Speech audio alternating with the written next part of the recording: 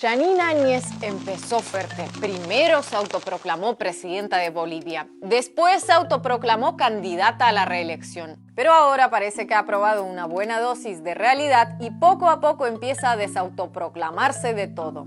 Y existen varios y poderosos motivos detrás de su decisión. Hoy dejo de lado mi candidatura a la presidencia de Bolivia para cuidar la democracia. No es un sacrificio, es un honor. Porque lo hago ante el riesgo de que se divida el voto democrático entre varios candidatos y que a consecuencia de esa división, el MAS acabe ganando la elección. Según una encuesta publicada la semana pasada, si las elecciones fueran hoy, el candidato del Movimiento al Socialismo MAS, Luis Arce, exministro de Economía de Evo Morales, contaría con el 40% de los votos. Carlos Mesa lo seguiría con el 26% y Luis Fernando Camacho se situaría tercero con el 14%. Áñez, a pesar de ser la cara más visible del supuesto retorno a la democracia de Bolivia, apenas si lograría superar al candidato del evangelismo. Vaya por Dios. Nunca mejor dicho. La clave de su renuncia está en que, según la ley electoral boliviana, si un candidato obtiene el 40% de los votos o más y supera por al menos el 10% a su rival más inmediato, sería proclamado presidente sin necesidad de una segunda vuelta. Y la encuesta elaborada por Tu Voto Cuenta, un conglomerado de encuestadoras, universidades y medios, confirmaría precisamente el escenario de un Luis Arce ganador definitivo en primera ronda. Es principalmente por esta circunstancia que Áñez decidió vestirse de ayudante de Santa Claus, por segunda vez ya, y grabar su video acompañada de sus silenciosos compañeros de fórmula para anunciar que declinaba su candidatura a la presidencia. Si no nos unimos, vuelve Morales. Si no nos unimos, la democracia pierde. Si no nos unimos, la dictadura gana. En suma, hoy dejo de lado mi candidatura en homenaje a la libertad y a la democracia. Y bueno, Janine, estas son las cosas que pasan cuando te crees reina de algo, pero después te da por hacerte la magnánima y someterlo a votación. ¿A quién se le ocurre? Pero lo más llamativo de todo esto no está en que una candidata que venía detrás de la ambulancia en la carrera por la presidencia renuncie.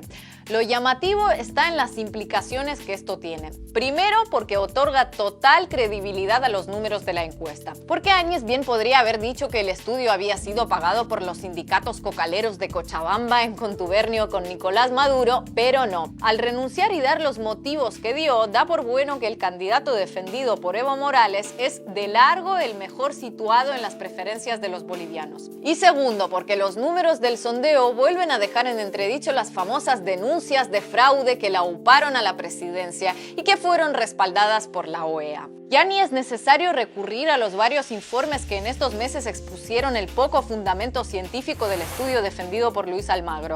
Basta con aplicar algo de lógica. En 2019, el principal argumento para cantar fraude fue: es imposible que Evo ganara en primera vuelta sin una gigantesca manipulación de los votos porque Bolivia ya dijo basta al masismo, etc. Sin embargo, en 2020, los mismos que decían que es imposible que el MAS gane en primera vuelta, ahora dicen que mucho cuidado, que el MAS está a punto de ganar en primera vuelta. ¿Cómo se explica que un candidato masista con menos popularidad que Evo Morales en las bases masistas esté a punto de lograr lo mismo que se supone que el propio Evo no logró? Ni siquiera suponer que los bolivianos que apoyaron la salida de Evo hayan quedado tan horrorizados por el concepto de democracia que trajeron al país Áñez, Mesa y Camacho, que ahora quieran volver a los brazos del MAS, explica que el panorama electoral de septiembre de 2019 sea prácticamente una copia calcada del de septiembre de 2020. No, la manera más razonable y lógica de explicar esa igualdad entre las preferencias políticas de 2019 y 2020 es que no existió ningún fraude, así de simple. No es coincidencia que los mismos medios que avalaron a ojos cerrados y aplaudieron con entusiasmo el discurso del fraude masivo hoy estén en abierta campaña electoral por las opciones antimasistas como si en ello les fuera la vida, o por lo menos el prestigio. Me había dicho la vez pasada, don Carlos, no vamos a reconocer este resultado, Fernando. No lo vamos a reconocer porque hay un fraude gigantesco. Con Carlos Mesa siempre me quedo corto con el tiempo en estas entrevistas que me concede, lo cual le agradezco mucho.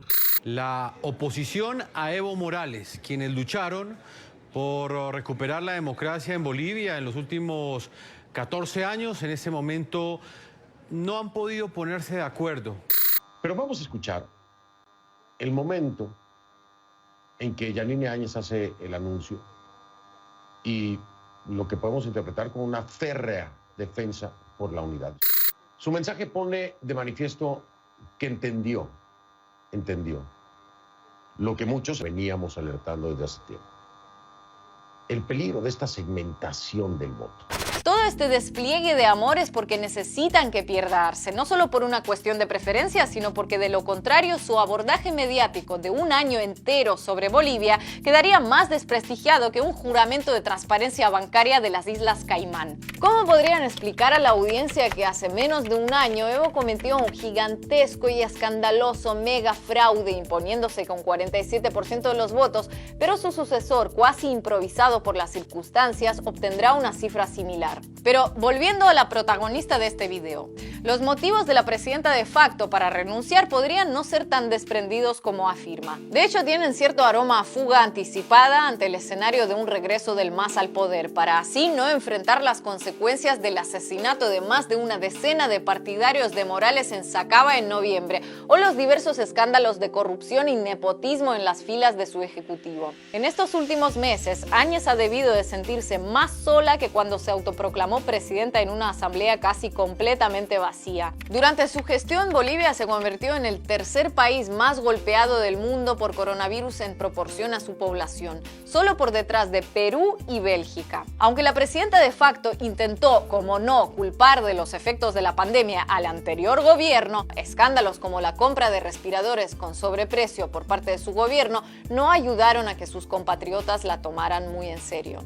Hoy hasta su exaliado Luis Fernando Camacho, con el que mutuamente se lanzaban flores y Biblias allá por octubre pasado, calificó la renuncia de Áñez como la derrota de una candidatura sostenida por encuestas amañadas y manchada de corrupción. Carlos Mesa no le dedicó mucho más que un tímido agradecimiento por retirarse de la carrera, un poco por educación y otro poco por cálculo electoral. Incluso organizaciones nada sospechosas de simpatías masistas o castrochavistas como la estadounidense Human Rights Watch señalan los abusos del ejecutivo de Áñez durante este año. En un informe de 53 páginas, la ONG denuncia violaciones del debido proceso, cercenamiento de la libertad de expresión y uso excesivo y arbitrario de la detención preventiva por parte del gobierno de facto. En el texto se mencionan los casos de Patricia Hermosa, ex jefa de gabinete de Morales, quien estuvo presa durante meses sin acceso a atención médica pese a estar embarazada y que sufrió un aborto espontáneo en su celda. O el de Mauricio Jara, en prisión preventiva acusado de sedición e instigación pública a delinquir por haber calificado al gobierno de Áñez de tirano y dictatorial en Internet.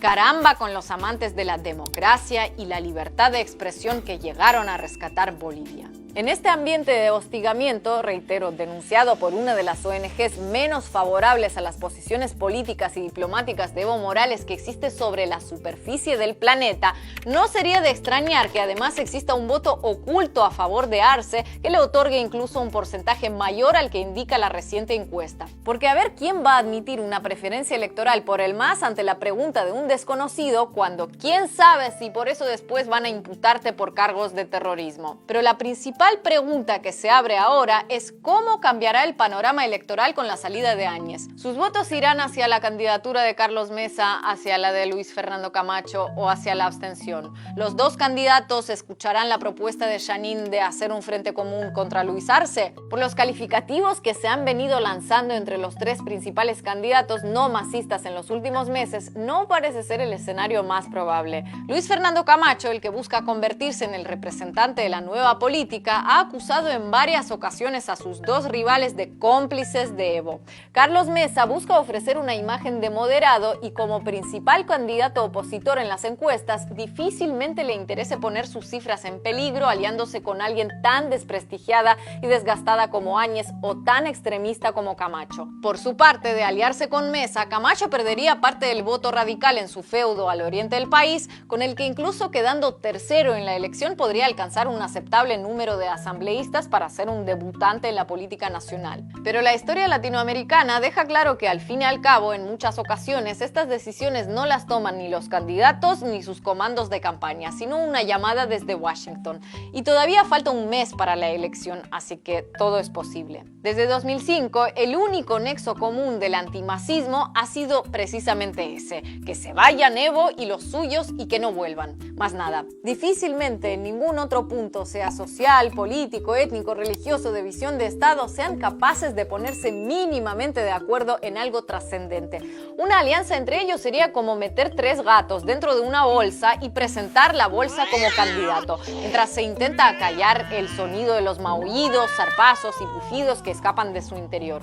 Pero ojo, eso no quiere decir ni que no vaya a suceder, ni que no pueda resultar efectivo electoralmente. E independientemente de si el paso a un costado de Áñez desemboca en esa hipotética alianza o otra similar o ninguna, la única manera de salir de la crisis política e institucional que vive Bolivia es que, sea el que sea el resultado de las elecciones, esta vez sí se respete.